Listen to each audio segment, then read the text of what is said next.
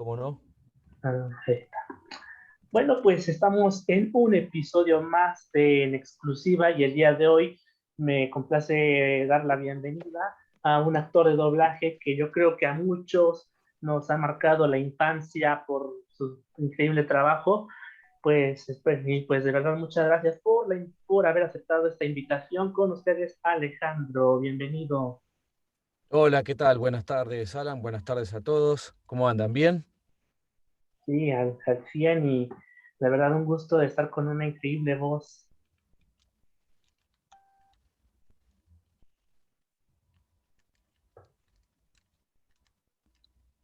Pues sí, de verdad es un gusto tener aquí a un gran actor de doblaje como lo es Alejandro. De verdad que su trabajo ha marcado a muchos la infancia desde grandes caricaturas. Bueno, a mí en lo personal, las caricaturas en las que lo pude ver fue en Gravity Falls y en Star versus las Sí, Fuerzas en Mars, esos programas que fueron los que más vi por ahí.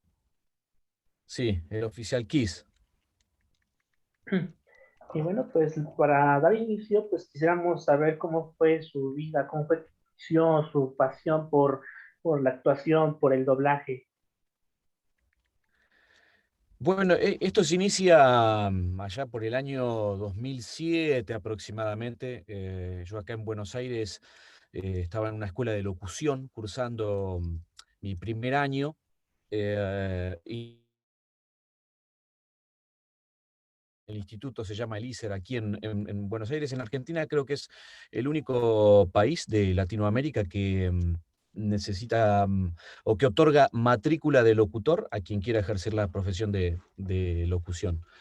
Así que ingresé a hacer la carrera de locución y en primer año siempre fui bastante inquieto y curioso y empecé a recorrer todos los pasillos e ir más allá de las fronteras que nos permitían ahí visitar a los recién ingresados y descubrí a través de una compañera que ya estaba en tercer año, que hoy somos colegas, somos compañeros, y yo la había conocido en un curso de ingreso a este instituto.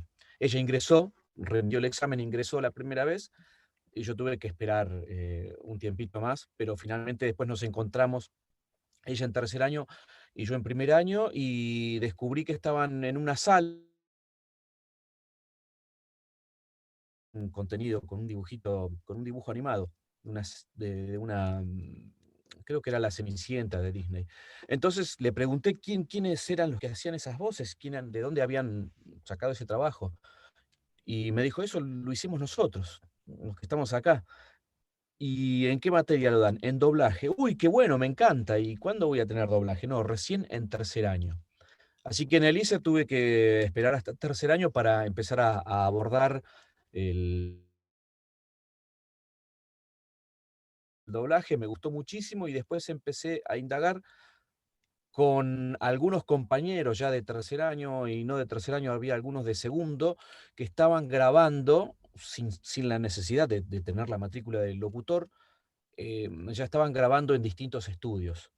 Así que yo lo que hice es busqué información, pedí los nombres de los estudios en donde yo podía visitar eh, para dar una prueba, para dar un registro,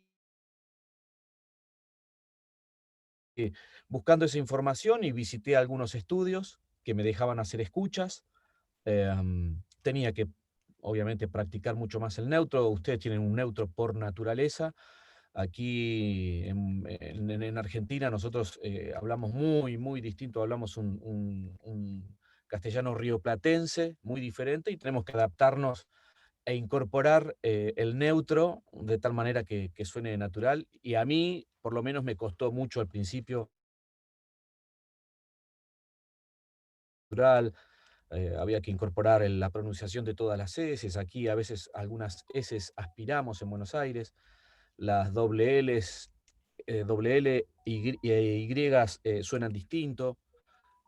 Bueno, y hay que incorporarlo primero mentalmente y después de forma natural hasta internalizarlo y que comience a sonar, eh, por supuesto, natural. A mí me llevó un tiempo, hay gente que tiene mucho más facilidad y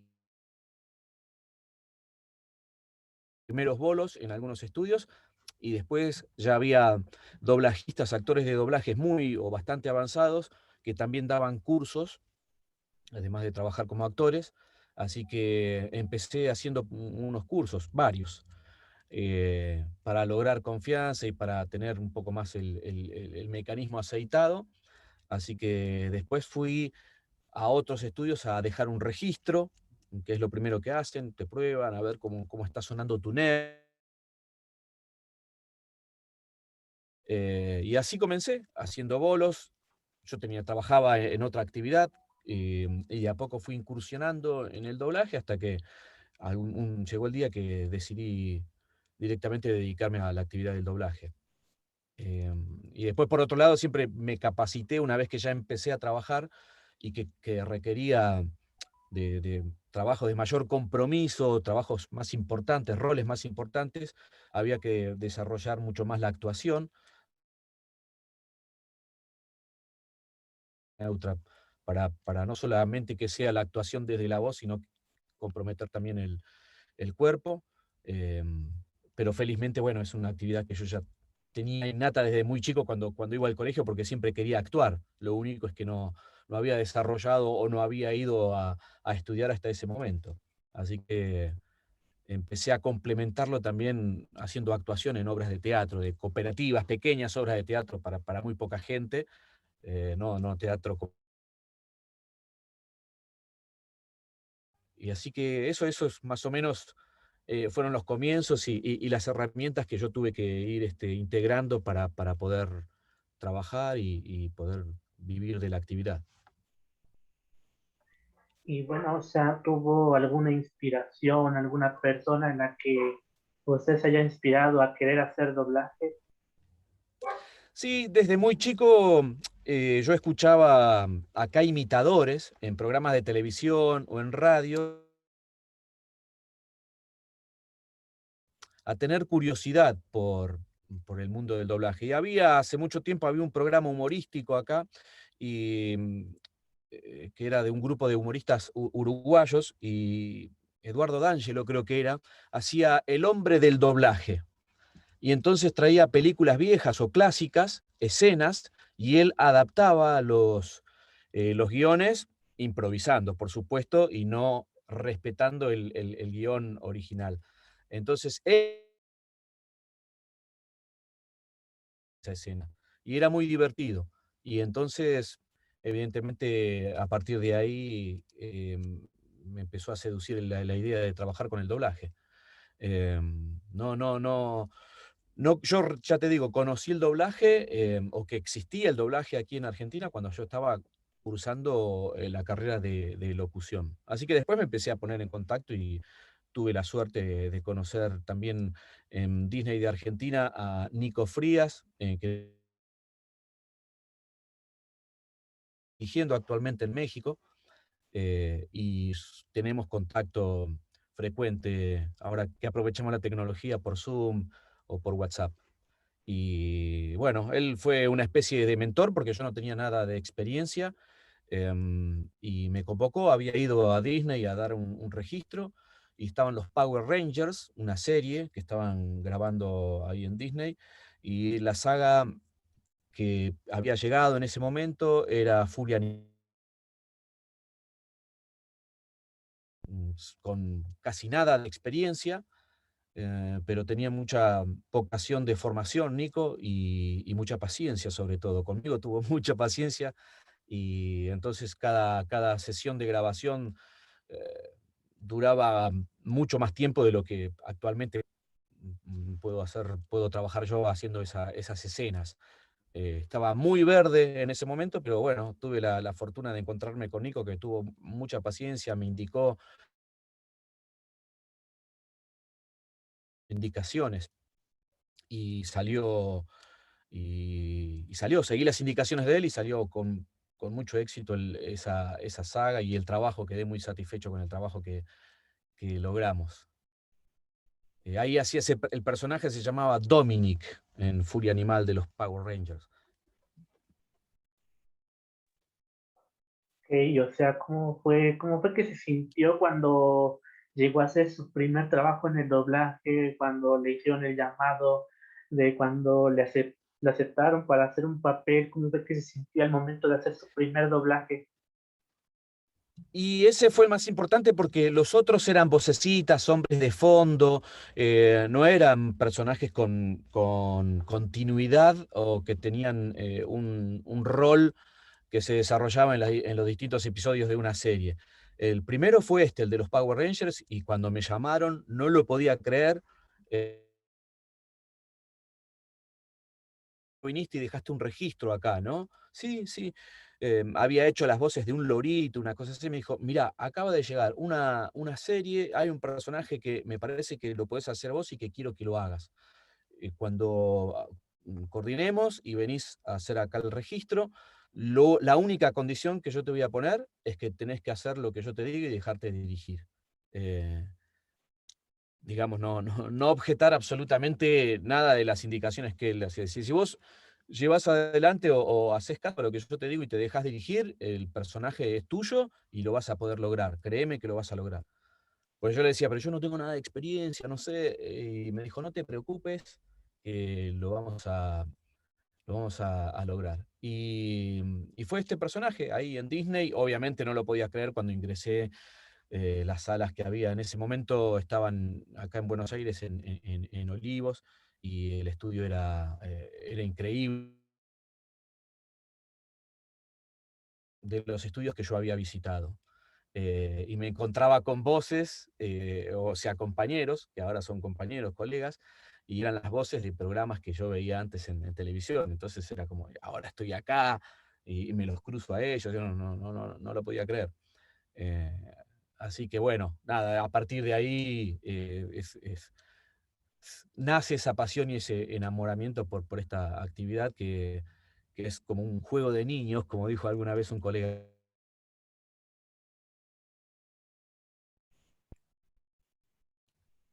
¿Y cómo llegó a ser su reacción al saber que ahora iba a compartir su voz en increíbles series animadas que pues a muchos de nosotros llegó a marcar nuestra infancia, como lo es Gravity Falls y Star versus las fuerzas del mal? ¿Cómo fue que se sintió al momento de participar ahí?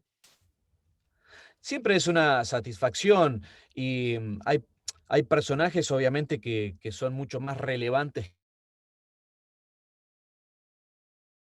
mucha conciencia por una cuestión generacional, ¿no? Yo supongo que tengo unos cuantos años más que ustedes, y entonces hay contenidos que uno sabe de qué se trata el personaje, lo graba y toma el compromiso, por supuesto, que requiere y las indicaciones del director, y después por ahí no tiene mucho contacto con ese material, porque son quizás contenidos que uno, por la edad o por distintas cuestiones, ya no tiene acceso o simplemente no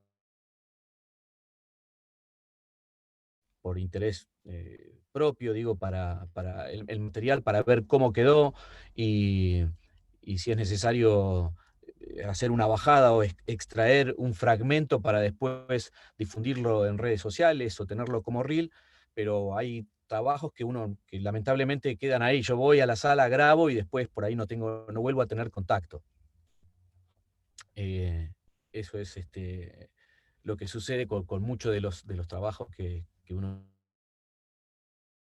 Hay personajes que son muy divertidos y da mucha satisfacción hacerlos porque son divertidos y pues, sobre todo en estas series, ¿no? Que uno tiene que poner la parte de histrionismo, ¿no? Y darle como ese toque, la personalidad que tiene cada uno de estos personajitos, ¿no? Hablamos de Robbie, es muy distinto al oficial Kiss, por ejemplo, ¿no? Cada uno tiene su impronta, su manera de reaccionar, su personalidad. Entonces eso es el desafío de cada vez que nos toca abordar a cada uno de estos personajes en un set de grabación.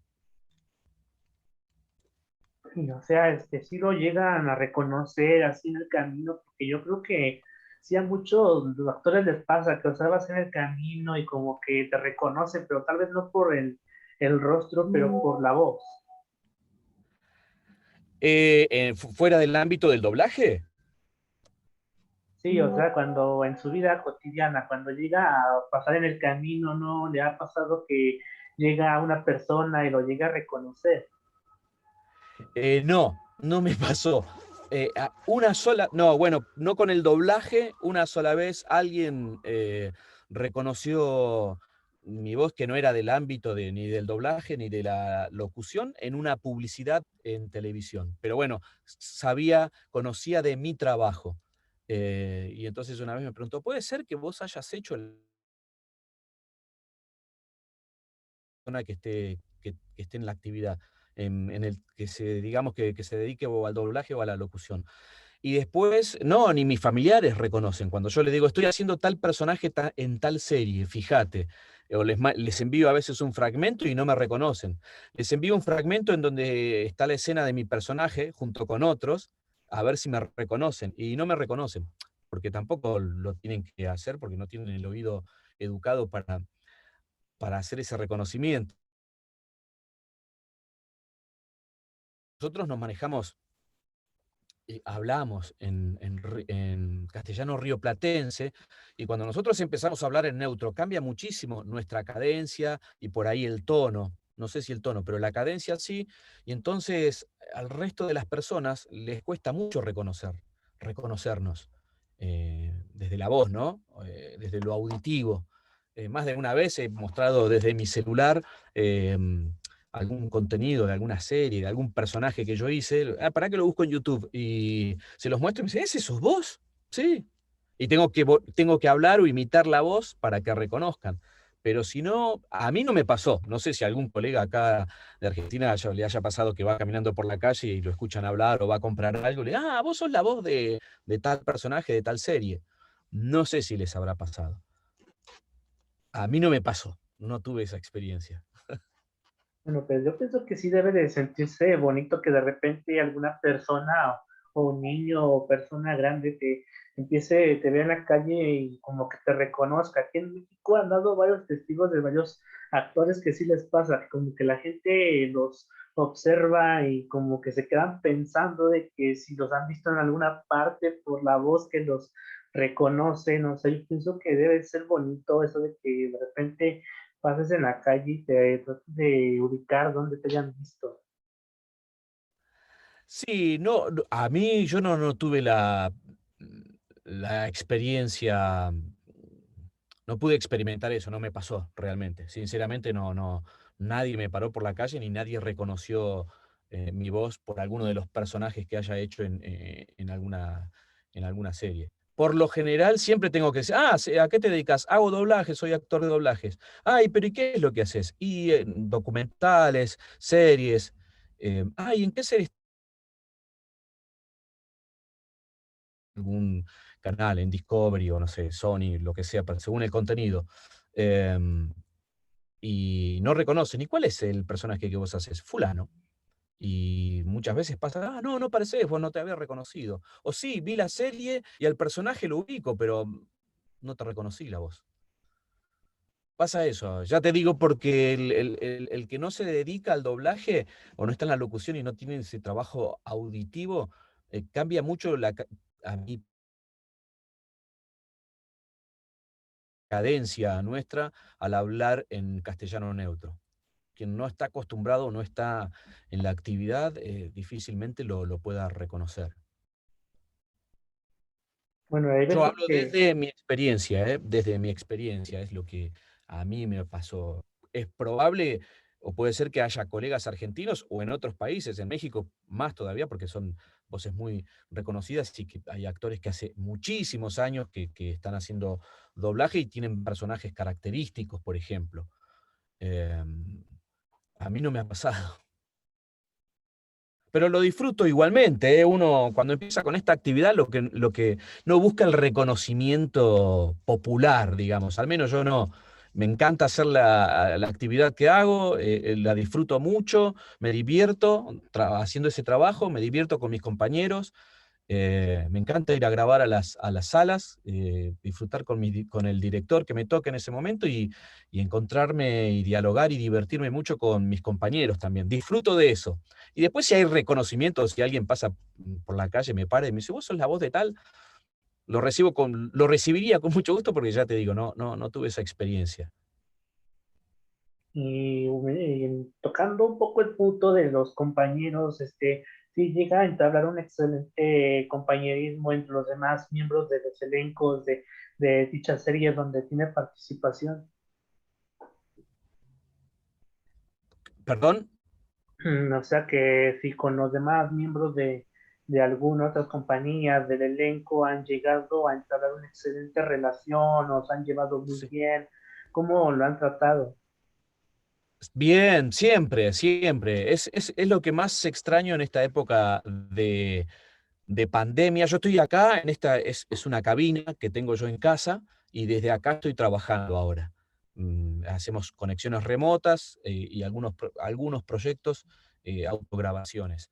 Y ya dejé de encontrarme y de cruzarme con todos mis colegas y la verdad, y bueno, yo hablo con los directores también, y todos, ya a esta altura, ya va casi un año de pandemia, un año y pico, extrañamos muchísimo esa dinámica que tiene el doblaje, que tiene esta actividad. Porque yo visitaba por lo menos entre 4 y 5 estudios por día, y no grababa en una sola sala, sino que en un estudio por ahí grababa en 3 salas. Entonces te cruzás con muchos colegas, y conoces a muchos directores y bueno, nuestra vida es eso, ir, grabar 1 hora, 2 horas, lo que sea, salís y en el pasillo te encontrás con alguien y charlás y después y te divertís mucho porque todos los actores hacen otras actividades.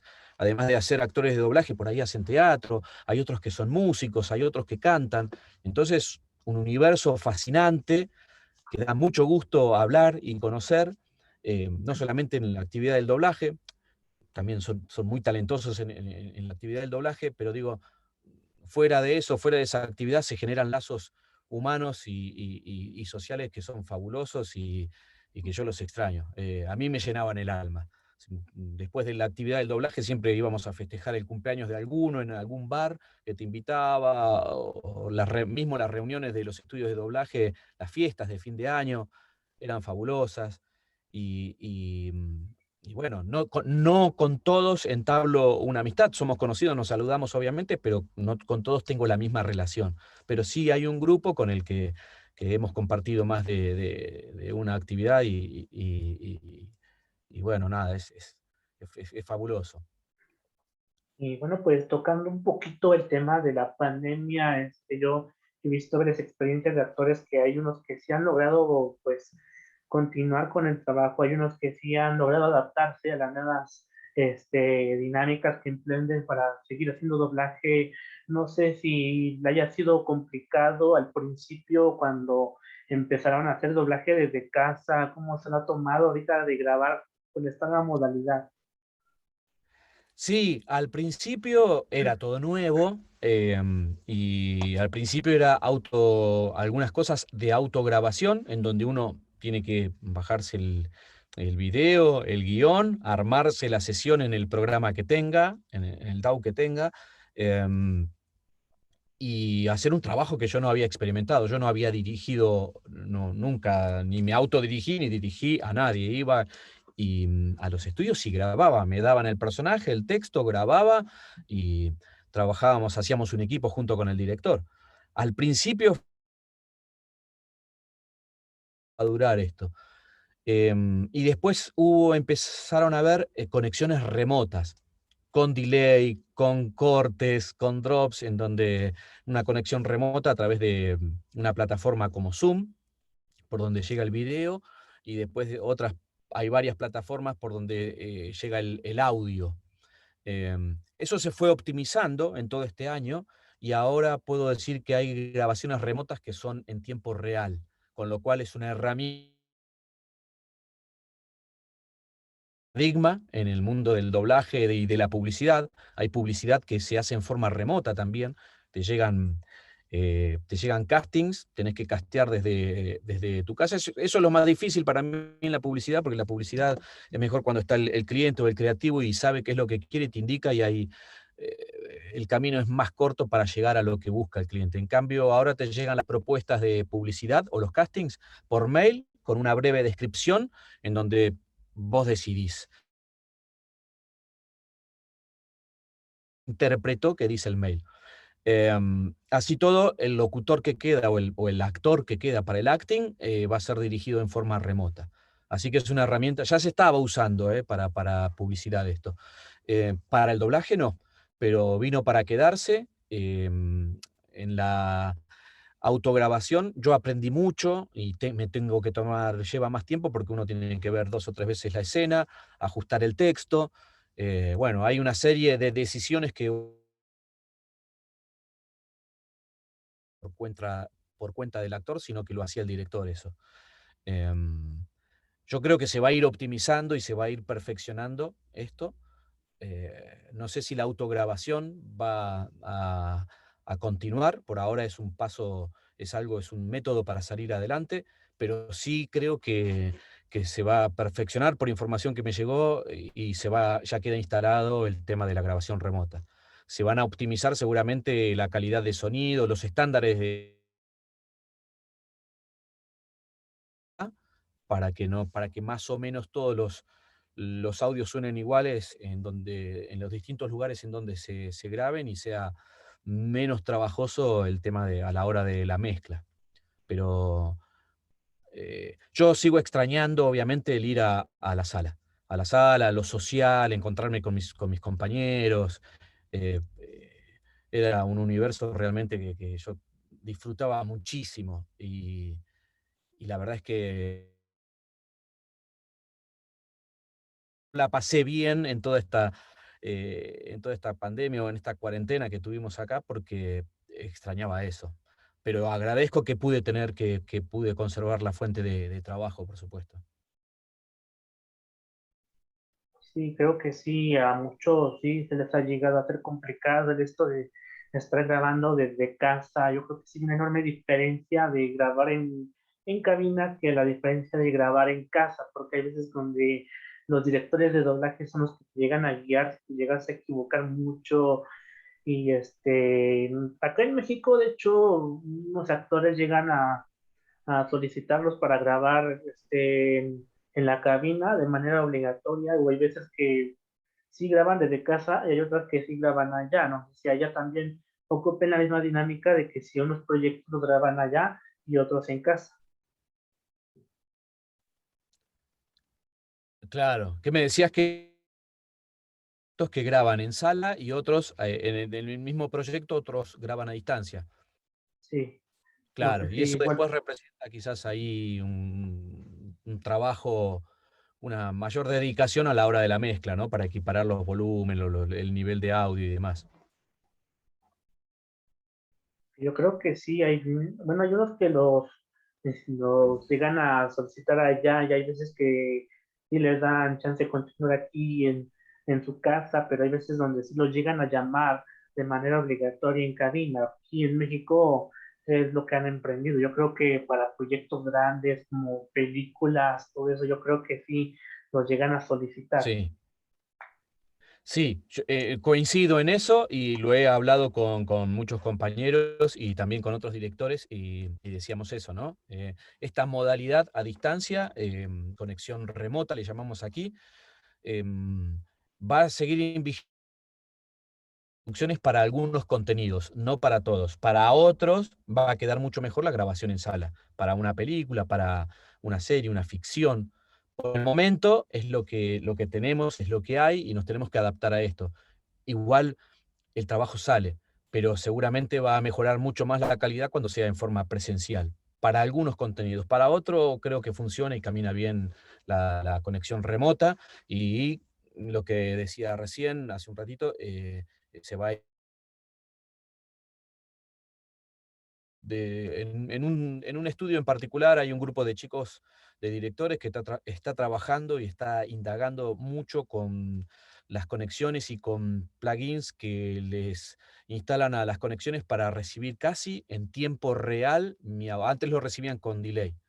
Y entonces se tardaba más porque cuando yo tiraba la toma, ellos lo recibían con 3 segundos de delay.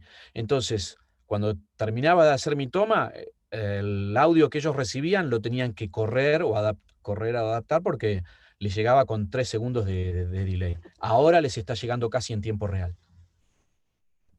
Y entonces, bueno, nada, es un gran avance. Se puede resolver muchas cosas de esta forma, en forma remota, Y bueno, al principio hubo mucha resistencia, tanto de los actores como, pues, además de la calidad, ¿no? De que uno resignaba por ahí calidad en autograbación,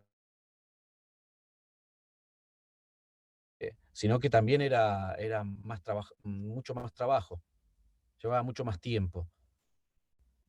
Entonces y había también compañeros que no estaban adaptados a la tecnología. Había compañeros que no tenían micrófono quizás, o no tenían un ambiente adecuado para poder hacer grabaciones en cuarentena.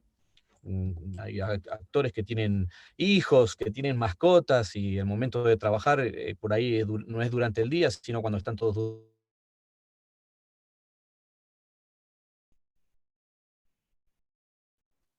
Bueno, pues yo creo que sí debe ser un poco complicado en la actualidad, pero pues yo creo que pues, ya poco a poco va empezándose a normalizar las cosas y espero que sí pronto ya pues exista lo que conocíamos de que actores estén juntos, que puedan hacer colaboración una vez más. Yo creo que sí pronto vamos a volver ya poco a poco a la normalidad, pero pues, así que es cuestión pues, de fe y esperar de que esto pues, se normalice un poco. Es cuestión de tiempo, es cuestión de tiempo. Lo que ocurre es que nosotros somos, los seres humanos por naturaleza, somos seres sociales.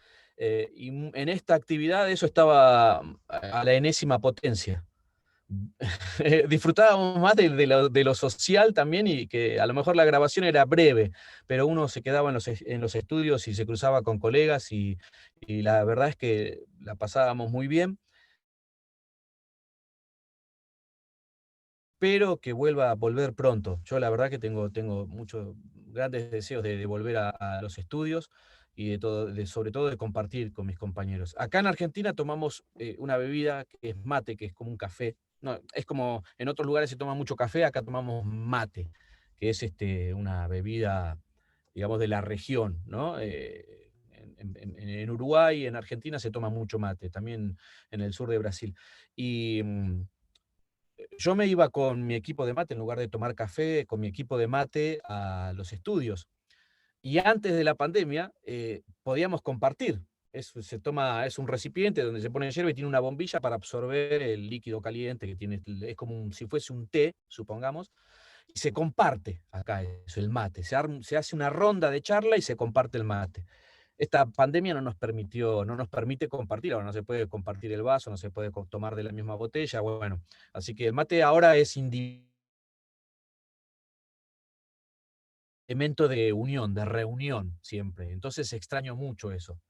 Tomábamos unos mates y charlábamos, éramos dos y alguien pasaba y veía que estábamos charlando y tomando mate y se acercaba ahí, y te invitaban a, no sé, a una hora de teatro, o venía a ver mi banda que toco el viernes a la noche en tal lugar, o festejo mi cumpleaños en tal bar, vénganse. Era un universo mágico.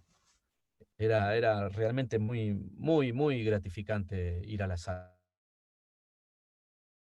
porque vamos a volver. Y pues yo creo que sí, ya muy pronto, ya creo que, espero que sí pronto pase esto y bueno, pues tratando de dejar un poco a un lado ese tema, pues creo que podamos ir un poco más ahora sí a su trabajo, en especial uno de los más reconocidos para muchos, como lo es Gravity Falls. En lo personal esa serie me marcó mucho cuando yo, no sé, estaba muy pequeño, lo veía mucho y era una increíble serie. ¿Cómo se sintió el grabar este programa, una serie tan famosa como lo es Gravity Falls? Bárbaro, porque yo cuando me convocaron al principio no sabía que el personaje tenía una continuidad. Al principio tenía muy poca participación. Esto lo dirigió acá en Argentina María Elena Molina, fue la directora. Em, y entonces, bueno, nada, características del personaje, es un personaje adolescente, es un emo. eh, y le digo, bueno, entonces, ¿cómo afecto la voz? Para que, no, con tu tono de voz, porque no queremos que suene caricaturesco, sino que tiene que ser un adolescente que suene a voz fresca, natural. Eh, Así que nosotros, cuando venimos a grabar acá, grabamos únicamente nuestra entrada, con lo cual lo que pasó antes o lo que viene pasando en ese episodio lo desconocíamos. Más o menos el director te pone en situación, te explica cómo viene o de dónde viene la escena, y bueno, y entonces empezamos a grabar. Eh, y, y bueno, nada, sí, sí, sí, por supuesto fue muy divertido hacerlo porque es un personaje a veces incomprendido, me parece. Y sí llegó a identificarse muy bien con el personaje, sí logró que, pues, poder acoplarse bien con el personaje o cómo se sintió al hacerlo. Sí, sí, porque en realidad a mí me pedía la directora cuál era el estado de ánimo que tenía que transmitir con el personaje. Y entonces, bueno, nada, obviamente él es un adolescente. Yo cuando grabé esta serie, a ciertos, eh, a ciertas cadencias, a ciertos tonos y a ciertas emociones que en realidad siente este personaje que estaba como enamorado también, era un eterno enamorado y no correspondido. Eh, Tenía como una faceta medio oscura, me acuerdo en algunos episodios, pero bueno, siempre por suerte María Elena me acercaba información sobre las situaciones y, que hacía, qué era lo que había pasado antes para poder llevarlo. Si veía que el tono estaba muy duro, me decía, no, no suena, no está sonando a Robbie, acordate que él es un adolescente y que él es como más inocente y bueno, íbamos tratando de encontrar o buscando que la voz quede en ese personaje o en lo que transmitía el personaje, la esencia de ese personaje. Pues yo la verdad sí me gustó las participaciones que él tuvo, la verdad sí le metía pues, mucha escena, sí me dejaba en suspenso mucho lo que hacía, la verdad sí me entretenía mucho el programa, mucho las aventuras, luego el pleito que pasaba en la serie con los dos personajes por cuando peleaban por la chica, la verdad la mayoría de esas escenas me encantaron, pues la verdad sí fueron muy entretenidas porque hablaba mucho de que, o sea, de que como que entre dos chicos llegaran a querer a la misma chica y llegaban A los una dos a misma hacer lo chica. posible por ella. La verdad sí era muy entretenido el programa. Sí, sí, era muy divertido porque él era como el personaje antagónico al resto a la normalidad, digamos. ¿No? Tenía un buzo así como buzo canguro, negro, tocaba la guitarra eléctrica y la música que hacía por ahí no encajaba mucho con, digamos, escuchaba, era como el incomprendido. Y entonces, bueno, divertido hacerlo porque sale de lo común y también porque te lleva a zonas que por ahí uno no desconoce, ¿no? Desconoce porque uno no tuvo la experiencia o no tiene la personalidad que tiene ese personaje. Entonces tenés que indagar por ahí y tenés que recorrer el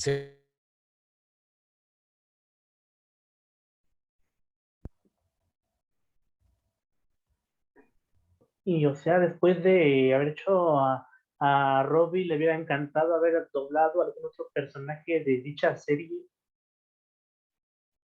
Mirá, la verdad es